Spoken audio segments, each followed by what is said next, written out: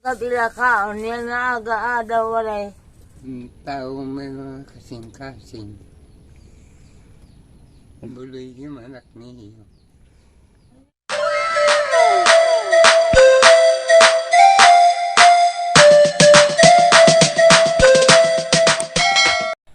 Magandang araw. Nandito po tayo ngayon sa aming barangay, dito po sa barangay Magsaysay, Lawang, Northern Samar, at may dadalawin po tayong isang kamag-anak. Dahil sa aking paglalayong matulungan ng ating mga kababayang mahihirap dito po sa bayan ng Lawang, Northern Samar, kung kaya minabuti kong puntahan, dalawin at kumustahin at ilapit na rin sa inyo ang kanilang kalagayan. Sila po ay kabilang sa pinakamahihirap na residente dito sa aming barangay, dito po sa barangay Magsaysay, Lawang, Northern Samar. Bagaman nag-aabot at tumutulong naman kaming mga kamag-anak sa kanilang pangangailangan sa abot ng aming makakaya, hindi po ito sumasapat dahil galing lang din naman po kami sa may hirap na pamilya. Bukod pa dito, ang inyong maestro Waray ay galing lang din po sa pagkakasakit sa loob ng 1 taon at nagpapasalamat tayo sa awa ng Panginoon na ngayon ay medyo okay na po tayo. Kung kaya po ginagawa po natin ang lahat upang makatulong sa ating kapwa sa pamamagitan po ng ating pagbablog at sa ating pagkakawang gawa sa ating mga kababayan. Nandito na po tayo sa kanilang lugar at ito po yung kanilang kalagayan. Medyo maulan po ngayon kaya po ayan babad po sa tubig. At andito po yung bahay ni Mamay Iska, ayan po. At ito naman po yung bahay ni Papay Waning, ayan. Ito po ang munting tahanan ni Papay Armando Asibuchi, o mas kilala po siya sa kanyang palayaw na Waning.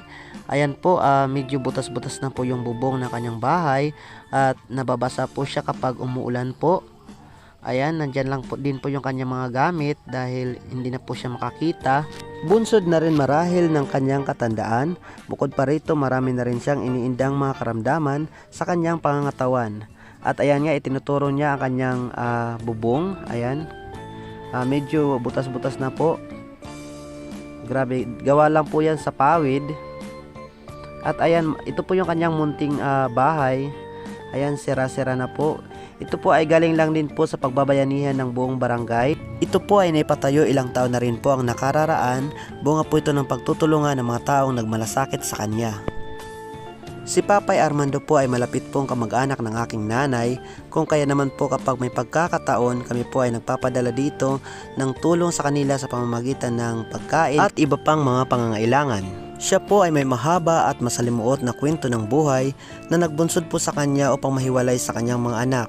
Ang kanyang mga anak sa kasalukuyan ay nasa syudad na sa Maynila, samantalang siya po ay nandito po sa aming barangay, dito po sa barangay Magsaysay, Lawang, Northern Samar.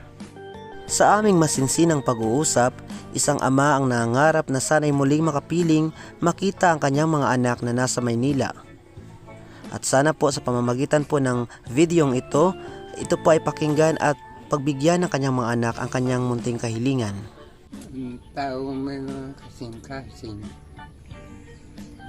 Buloy yung anak niyo. Umiiyak habang nagkikwento si Papay Waning tungkol sa kanyang buhay at habang humihingi ng tulong na maibsan ang kanyang kahirapan na dinaranas. Pagkatapos ng aming masinsinang usapan, lumipat naman kami dito sa munting bahay katabi ng kanyang bahay kung saan naroon naman ang kanyang kapatid na si Mamay Iska. Ito po ang kanyang munting tahanan at ayan makikita po natin na medyo butas-butas na rin po ang mga bahagi ng kanyang bahay. Kaya ko iyak ka lang may laksini. Pinangalo, nagangalo ako. Si Mamay Francisca Asibuchi Galit ay nakatatandang kapatid ni Papay Armando Asibuchi. Hindi na po siya makapaglakad at may iba pang karamdaman. Kapila ka, niya na aga-ada walay. Pakiramdam ko'y nadurog ang aking puso sa aking mga narinig. Kung kaya naman may nabuti kong kausapin ang anak na nangangalaga sa dalawang matatandang ito na si Kuya Rubin Galit. Ayan, nandito po tayo ngayon sa bahay po ng nangangalaga kay Pay Waning at kay May Iska. Ang anak po ni May Iska, si Pay Rubin. So, kausapin po natin. Pay Rubin, naman so niyan, ang kamutangan nira. Una sito niya na doon ang kabutangan nila nga ako darako anak gin. Kung ka nakadirak na kapanarabaho sa gawas. Sugad man lang anak asawa, may sakita, puro ko binabantayan sira. So, wala ka ng trabaho sa ngayon? Waray, kay ang tinututukan ko sira. Kumbaga, imo na ini, pinaproblema mo na sila. Talaga, kumbaga ikaw na talagang may kargo sa kanila.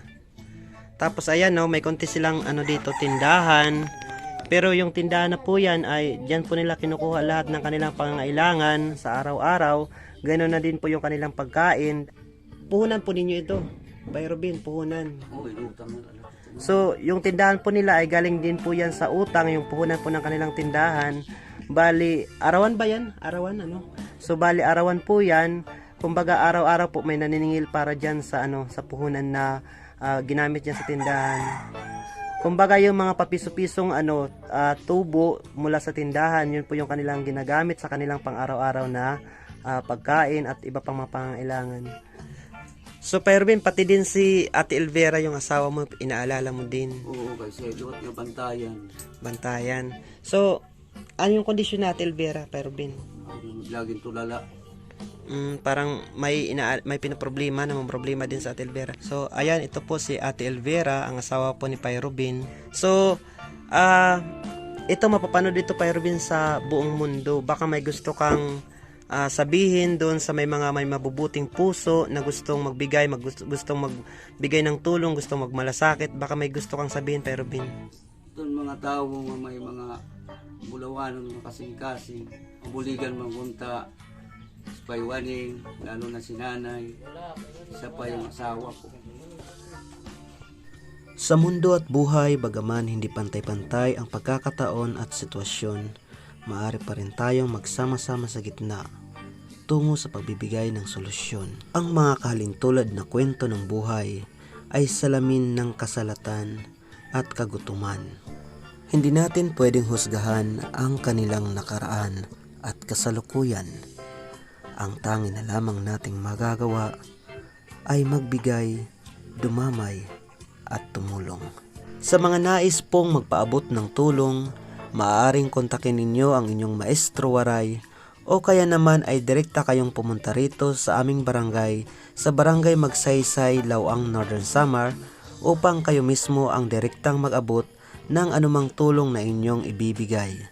Higit sa pera, sila po ay nangangailangan ng kahit mga lumang damit na maaari pang magamit, pagkain, at higit sa lahat, hiling nila na sana ay maipaayos man lang kahit papaano ang kanilang munting mga tahanan. Kumakatok po sila sa ating mga puso. Nawa, ito ay ating pagbigyan. Maraming salamat.